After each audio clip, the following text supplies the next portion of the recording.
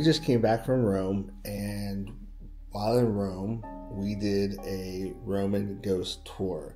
Now, Rome has a long history, it has a violent history, and even taking out some of the big things, there's just a lot of violent history within Rome.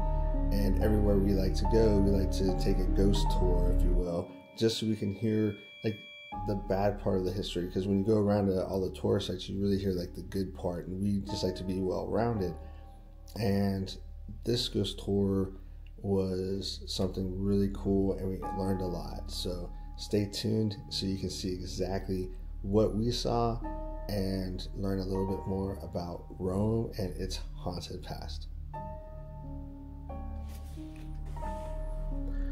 We met at the Castle St. Angelo, which means the Castle of the Holy Angel, and it was built by Emperor Hadrian, and it was supposed to be a mausoleum for him and his family, but later the popes took it over as a fortress in the castle.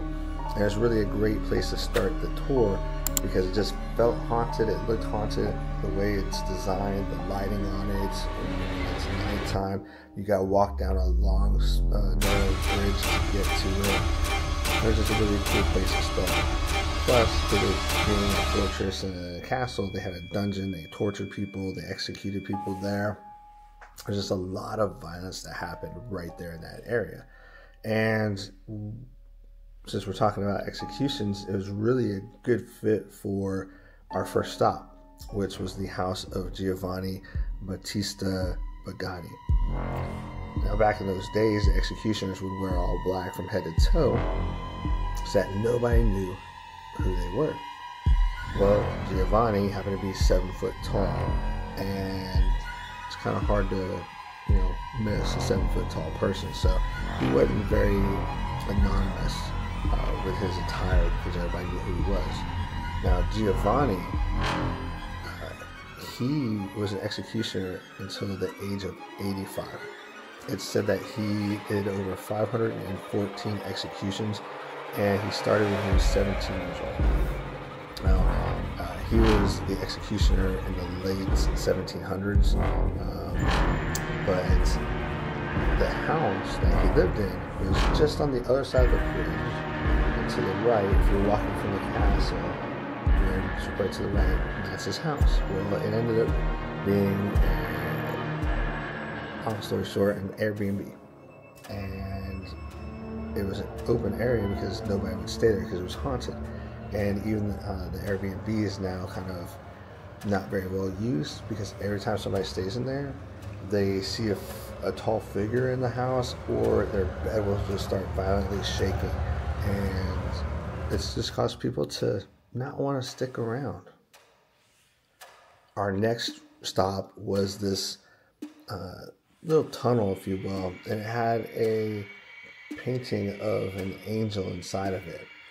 Now, from the river to where we're at is probably a 25-foot elevation, but you'll be able to see a mark that's on the wall, and that mark indicates how high the water came at that point in time. And during those times, people didn't really swim, so a lot of people were carried away and killed because of the floods. Now, during this time, Rome was also a dark place. It was a dangerous place, and you didn't want to be out at night. And prostitutes would hang out in that area because they felt kind of safe because of that fresco of the angel. So there was just a lot of stuff going on over there. And during the tour, our tour guide brought out some divining rods, and he asked anybody if they wanted to hold the divining rods, and they could ask yes or no questions. And if the answer was no, the rods would stay shut. If the answer was yes, the rods would open up. So I was like, I'll take it because I've done divining rods before looking for water. My grandfather showed me how to do it. And so I was like, I'll do it.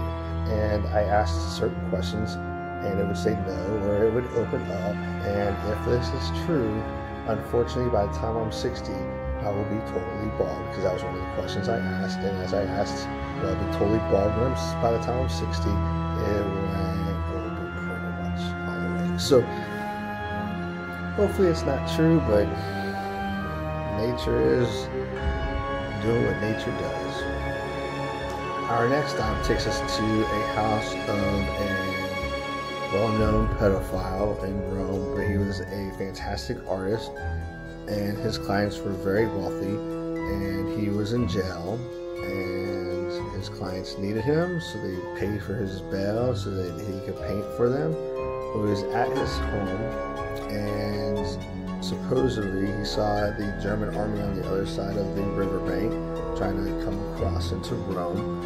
So he pulled out his bow and arrow, and he shot an arrow out the window, just haphazardly aiming it, and it actually struck a German officer, a general to be specific. And when that happened, the Germans took the general, and then they left the area. So he's credited to stopping the attack of the Germans from that side of Rome.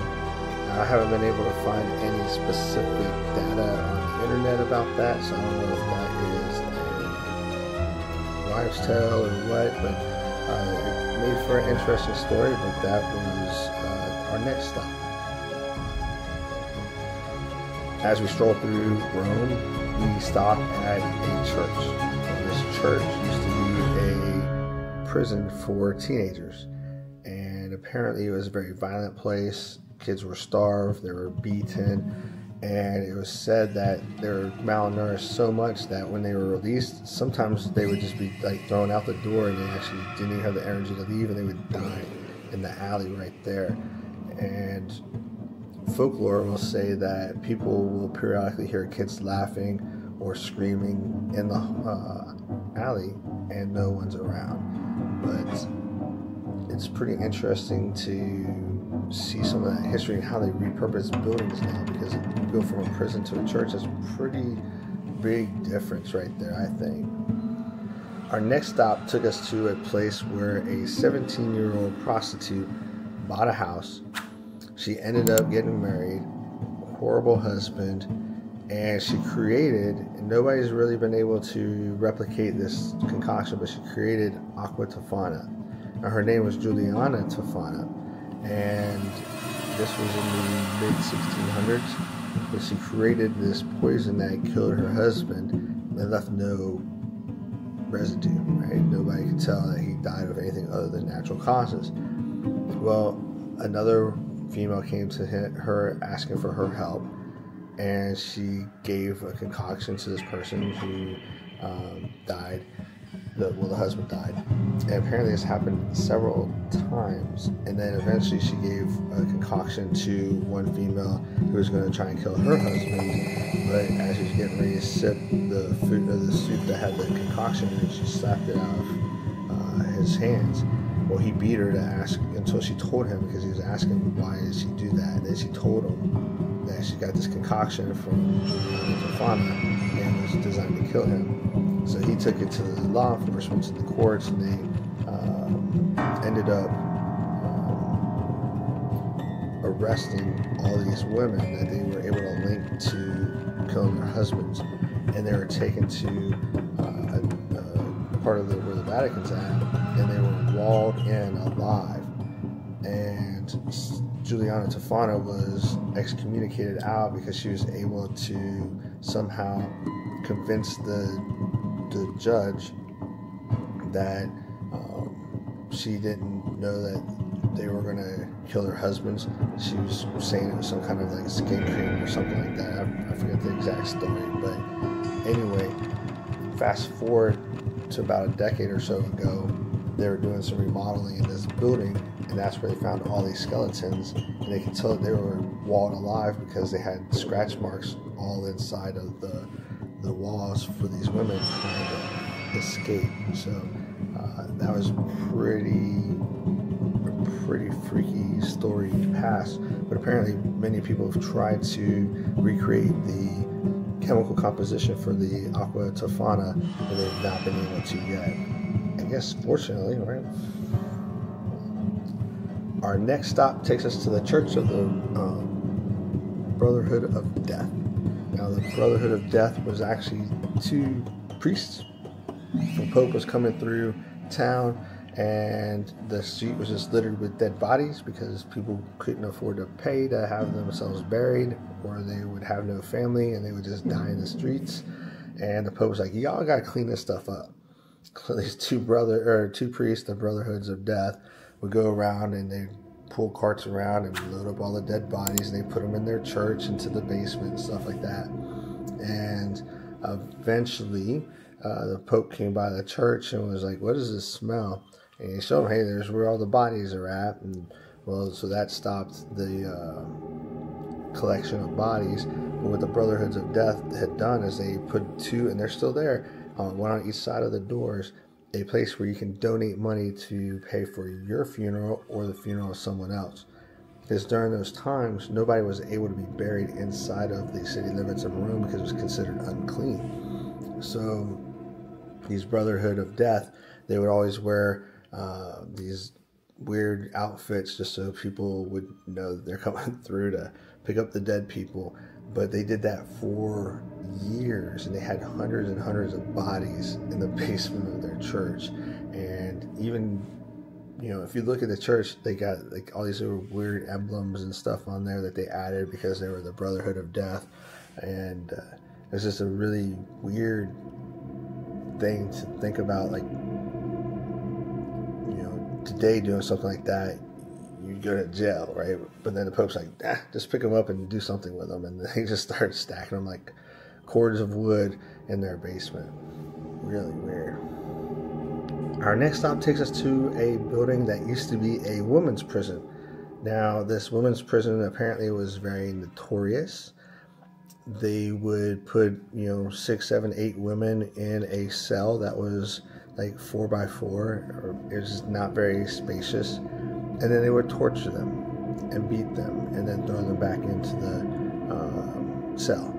And then if they died, they threw them back into the cell anyway. So all the other women were surrounded by dead bodies. And eventually, apparently, when the cell was full of dead people, they would take them out at that point. So the last person was sitting around smelling 6, 7 dead bodies.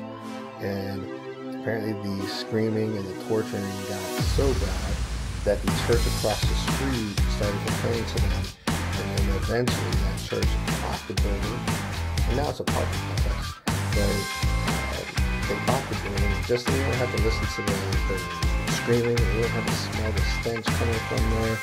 Eventually the women's prison went away. Not sure where it went to, but the church bought it, pushed them out, and then repurposed them as apartments. So it's pretty interesting. I think that's, hanging out with dead bodies and just smiling and looking at them decompose like this. That's pretty rough mental torture like that. That's just crazy to think that they would do something like that. This is stuff you can't fathom happening today. At least not in America. So that's why I like to do these tours, just kind of get the whole picture, like the whole history that you just want to find in the history. Our last stop on the tour took us to this court that has a statue for Giordano Bruno. Giordano Bruno was a philosopher in the 1600s. He was saying stuff like this earth revolves around the sun and the moon revolves around the earth, and basically physics, right? And that was considered like witchcraft. So the Pope had him locked up. Kept him in the Vatican for a couple of years, and then pulled him out and was like, hey, are you still, feeling unwell?